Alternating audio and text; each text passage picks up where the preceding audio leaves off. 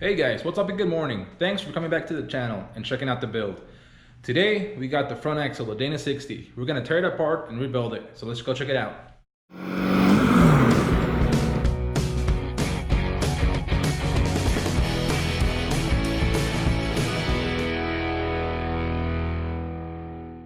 Okay, so we have our entire steering out, which was super easy. All it took is some persuasion for some of them with our beater. The only hard part about this whole thing was removing that ball joint and our track bar. That thing was on there. But after beating it with a little bit of a persuasion there for a little while and seeing that it was not gonna come out, I decided to take the smart route, which was using some penetrating oil. Precisely liquid wrench, I believe is what I used on it. So what I would do is every few hours I would come, spray that with some liquid wrench, spray the actual track bar with some liquid wrench. And that went on for a couple of days because I was in no hurry to take this off. And I didn't want to, really beat this thing to death. After, I think it was about 2 to 3 days, I came back. I once again hit that a couple times with my beater and it just slid right off. It was pretty incredible. Then what I did is I took a ball joint press and using this, basically the things that I used were the top piece that goes over the ball joint, obviously the press,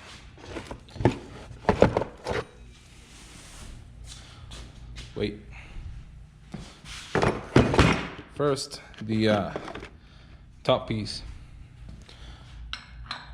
just like that. Then we got our little press C-clamp right here through that top of the whole thing. Don't fall. Then we grabbed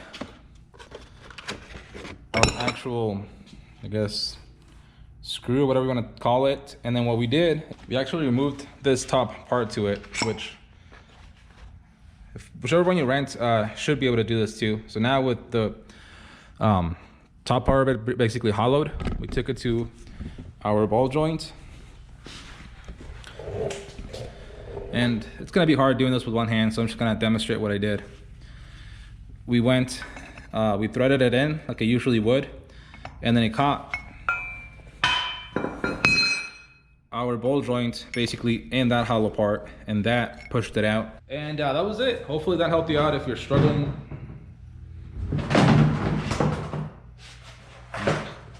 All right, hopefully that helped you out if you were struggling on it like I was, because I had a hell of a time taking that thing off. But like most things, it just takes the right tools, and it worked. It came right off. So now the next thing that I'm gonna do, and I'm gonna show you, I already did one side just to kind of get an idea of how to do it, is actually take out my axles, because if you've seen in my prior videos,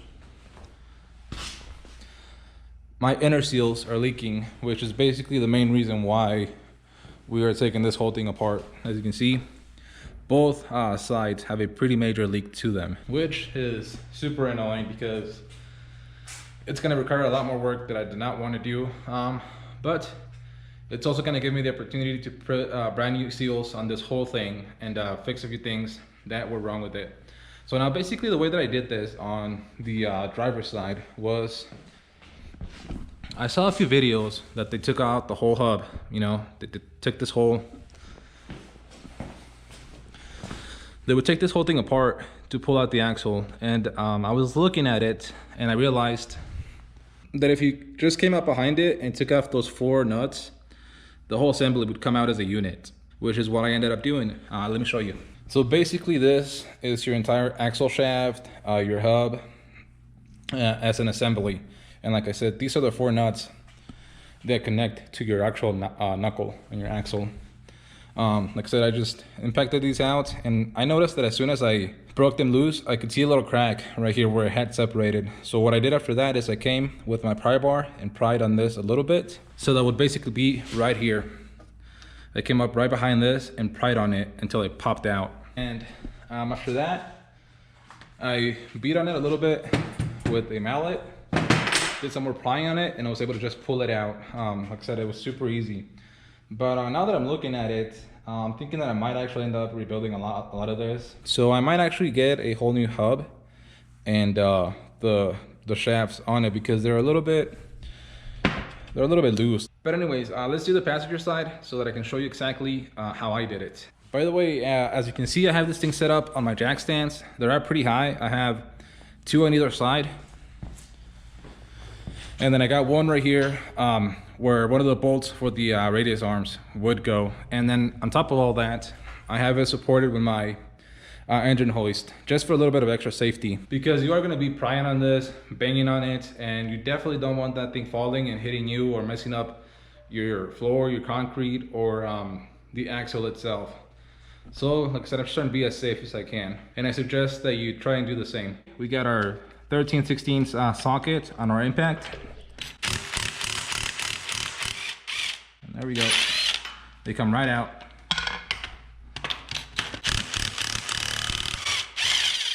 Now, same for the other side, just turn your knuckle and you'll have really good access to the nuts.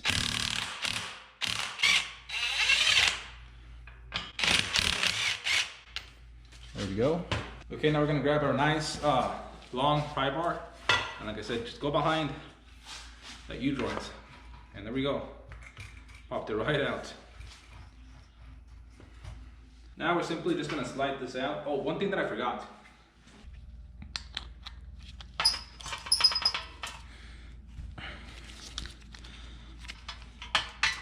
Pull up on it and it should pop right out. And like I said before, we're gonna just put that Allen bolt right back where it goes.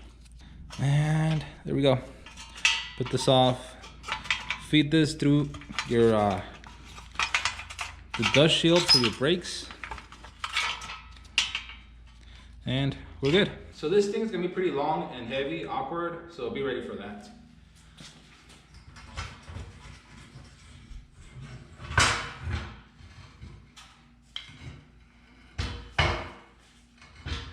There we go. We'll get this thing out of there, and it was super easy. Now, I don't know how well you can see in here, but it's got all kinds of crap in it, including a whole bunch of oil. And like I said, that's a dead giveaway that this thing had failed the seals, both in the inside and on the outside. So basically it has a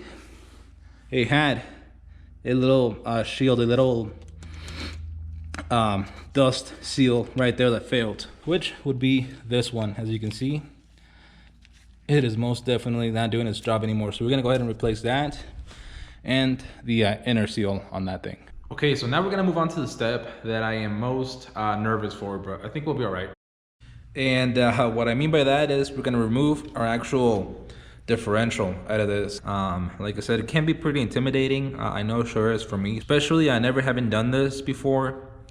But I love the internet, and before deciding that I was gonna do this, I went ahead and YouTube how to do it, and I actually found a great channel that has a whole series on how to rebuild this exact axle, actually, even out of a 2008 truck.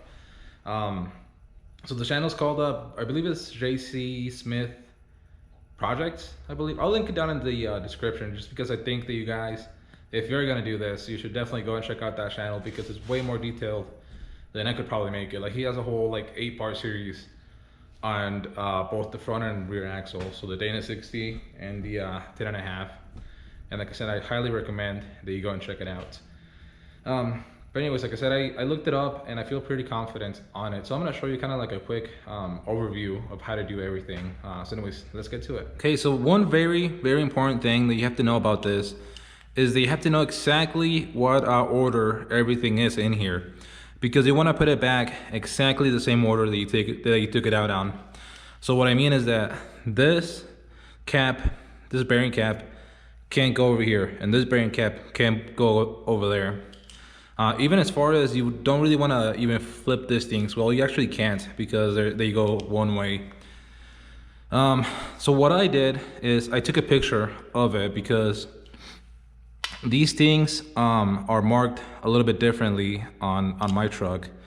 And what I found different is that this one has a 24 on the top right corner, and this has a 5 on the lower left corner. So that's a marking that differentiates these things from one another. A lot of people go as far as actually stamping them. So see how there's a stamp right here, an L? Some people would put that same matching L on this side, making a mess with this marker. I wouldn't do that just because I think that's too intrusive. What you could do if you do want to do that is take like a paint marker and put a dot on one cap, put a dot on the corresponding side to it. That way you won't be able to That way you won't be able to mix these up and be able to put everything back together the way it goes. Now, the main reason why I was kind of afraid to do this is because I thought that you were gonna have to mess with your backlash on it, and I have no way of checking that. And quite honestly, I don't feel like buying another tool that I'm probably not gonna use again.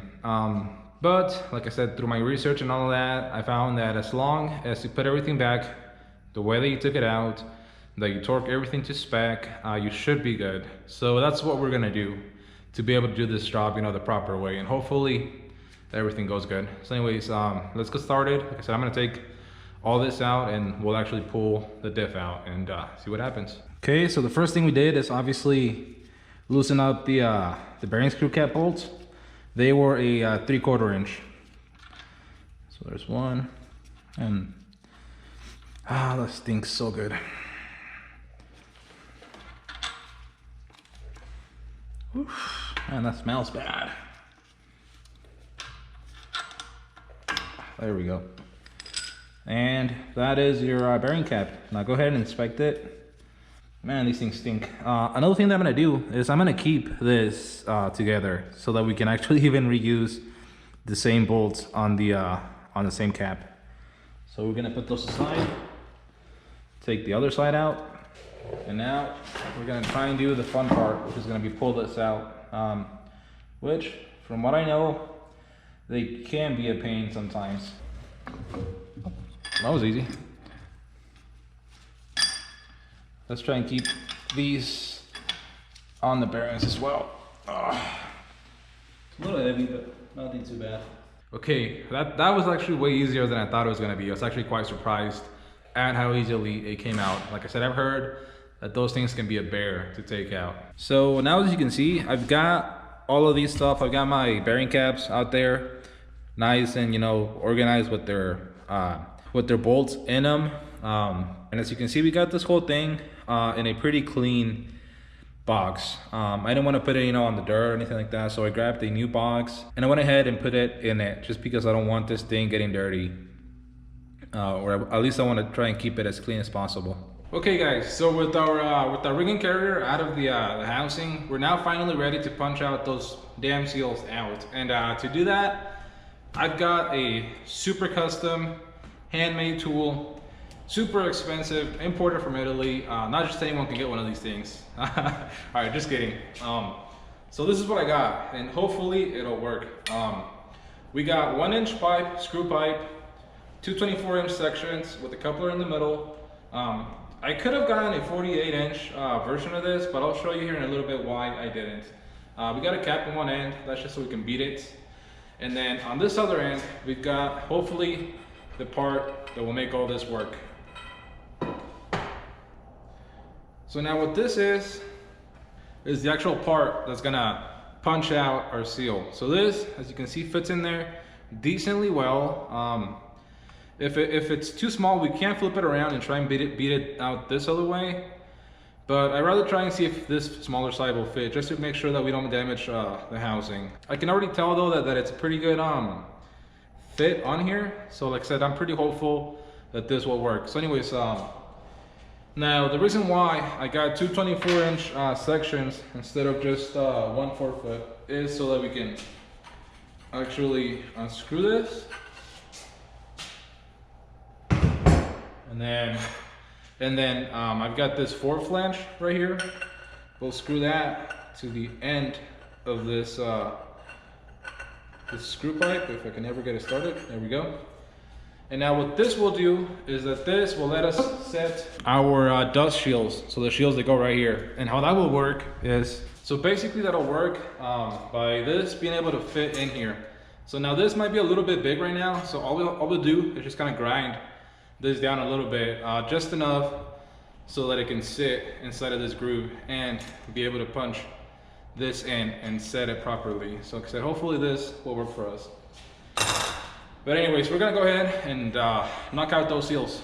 Okay, so we're gonna go ahead and install our seal remover. Now you're gonna feel when it actually goes into the seal. There we go, that feels pretty good. So now from this side, you can see how it's nice and centered in the seal. So I'm gonna go ahead and go back to the other side and punch it out. And hopefully it works.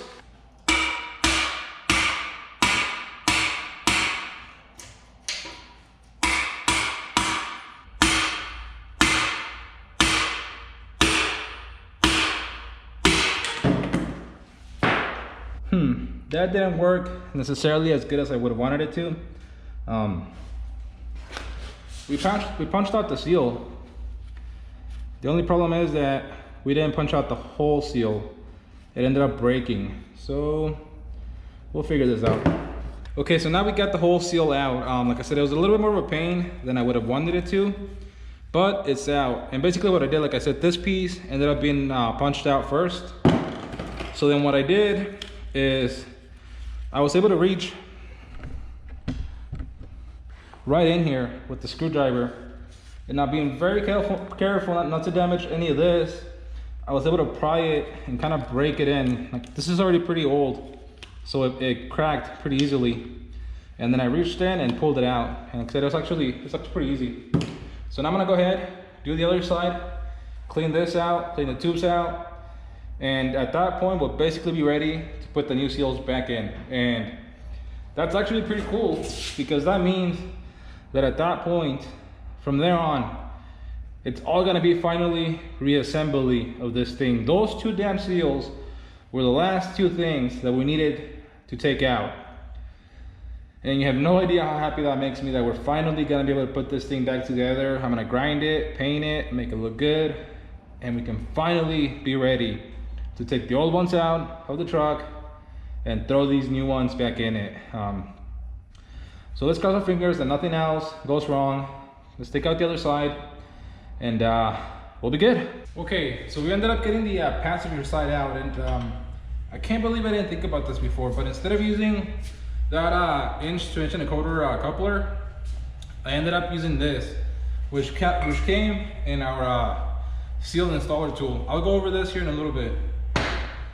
But I basically took this part out, which, by the way, I'll leave a link to it down in the description. But like I was saying, I took this part out, and see how in the back it has this recessed area? I took our other half of the pipe, I inserted that in there, and I put this in through the tube. Now the reason why this works so much better is because this is gonna push on the whole outside of the seal. And even if this plastic comes out, it'll end up hitting this, which is the part that you actually want to drive out. So as you see, it's gonna fit in there perfectly. So far this was the best option that I found to driving that whole thing out. So again, like I said, some pipe, coupler, and this thing. So thumbs up. Okay guys, so I started installing my inner seals, and I almost completely forgot to show you what I was doing. So basically I got my axle seal installer, or press, or whatever you want to call it. We already got this side done. So we've got this side pressed, and we have I guess the base of the tool up against the side of the housing. And with the other end, we are tightening up this side, this other seal in it. Now the important thing when you're doing this is that you want to make sure that your tool is completely centered on the seal, and that's what I'm doing right now. I'm kind of just driving it in, and every now and then just checking and making sure that I'm still going in centered.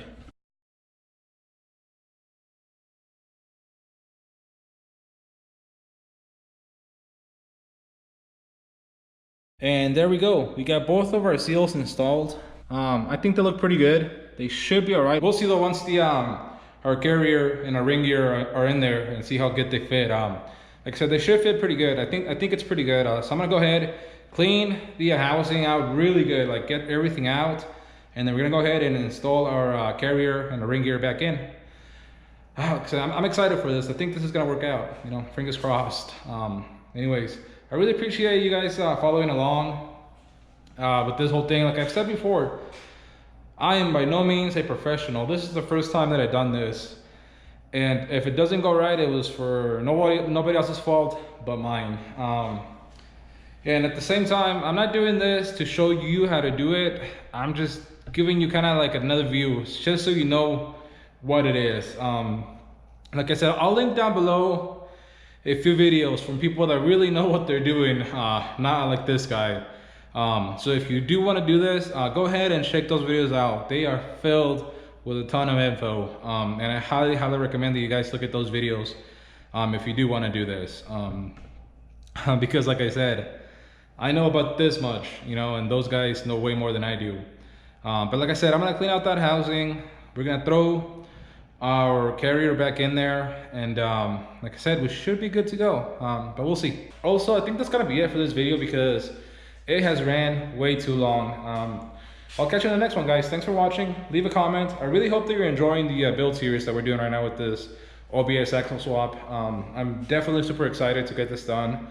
I have a bunch of parts for it, and it's one of the things, it's the thing that I wanted to do since I bought the truck. And now, like, well, I think I've had that truck for like 4 or 5 years. Like 5 years. I'm finally getting to do it, and I couldn't be any more excited. And again, like I said, I hope you guys are just as excited as I am. So again, leave a like, leave a comment, subscribe if you haven't, because we have so much more coming. Anyways, I'll catch you in the next one.